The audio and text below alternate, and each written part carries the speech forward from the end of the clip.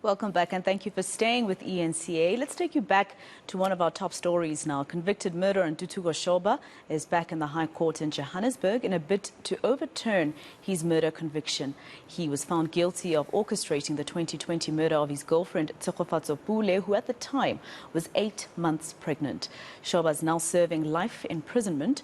The ruling on his application for leave to appeal was postponed on Friday. Let's get you the latest now from our senior reporter Silindelo Masikane, who is standing by in court for us. Lee, so essentially Ntuthuko Shoba and his legal team have to convince the same judge that found him guilty of premeditated murder that he erred in his judgment. What have they said so far in their argument?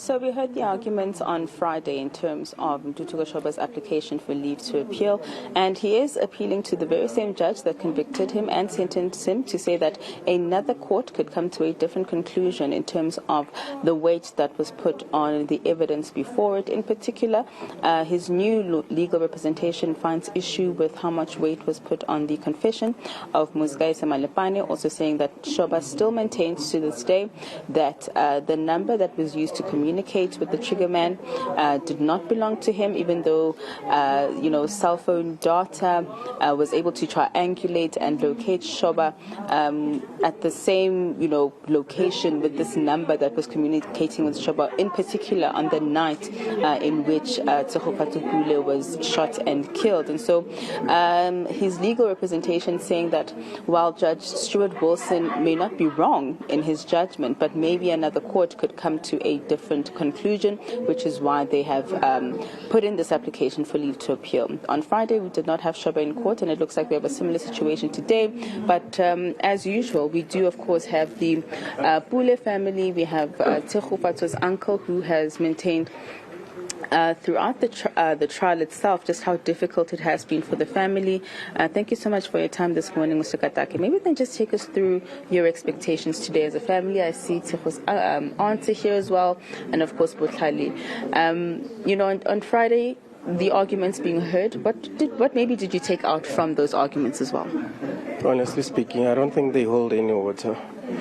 Everything that has been ventilated in court and everything that was ventilated through the grounds for appeal, for me, I think it's just another waste of time, honestly. And it's nothing but a showing of disdain towards the family.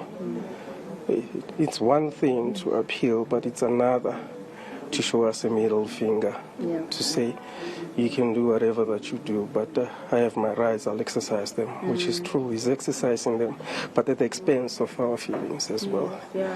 I mean, it was a difficult 2 years in terms of actually getting the trial underway, the confession by the trigger man, and some of the details that came out of the trial. Just how difficult has this process been for the family? It's been traumatic.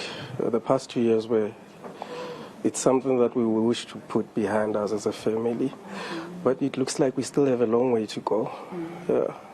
It's not surprising that we're here fighting for appeal. If you look from day one, when we started attending this matter, there were change of legal team, there were appeals, there were new facts of bail. Different stories again in the process. We're here again. And of course, we have just begun 16 days of activism against gender-based violence. And, what do you want South Africans, in particular young women, to take from Tshegofatso's story? As sad as it is, but I would want them to take from this story not to trust anyone but themselves. There's always signs when these things are happening. And if you keep on ignoring those signs, you'll end up like a statistics that the way Tshegofatso ended up. And it's sad that we have to be here on the case of this nature, especially during these 16 days of activism. So it's another disdain that is not only displayed towards us as a family, but it's also displayed towards women and children of this country. Thank you so much for your time. If you could maybe just bring Butlali for me. I know she represents the Tshegofatso Pule Foundation, which actually began after her tragic death in order to, of course, raise the issues around gender-based violence. Maybe as the foundation itself today, your expectations? Morning, Slee, and good morning to all the viewers. So, look, given the tone that was set on Friday, I'm thinking that we definitely are going to see the appeal, the leave of appeal to being declined. But even if it isn't, we're absolutely ready for the road going forward. And like I said before, should the leave of appeal be granted, we will definitely need to work even harder on our double life instead of a single life. Yeah. All right. It does look as though that we are ready to begin with court proceedings, Masego. It does look as though Acting Judge Stuart Wilson will be walking in any moment from now.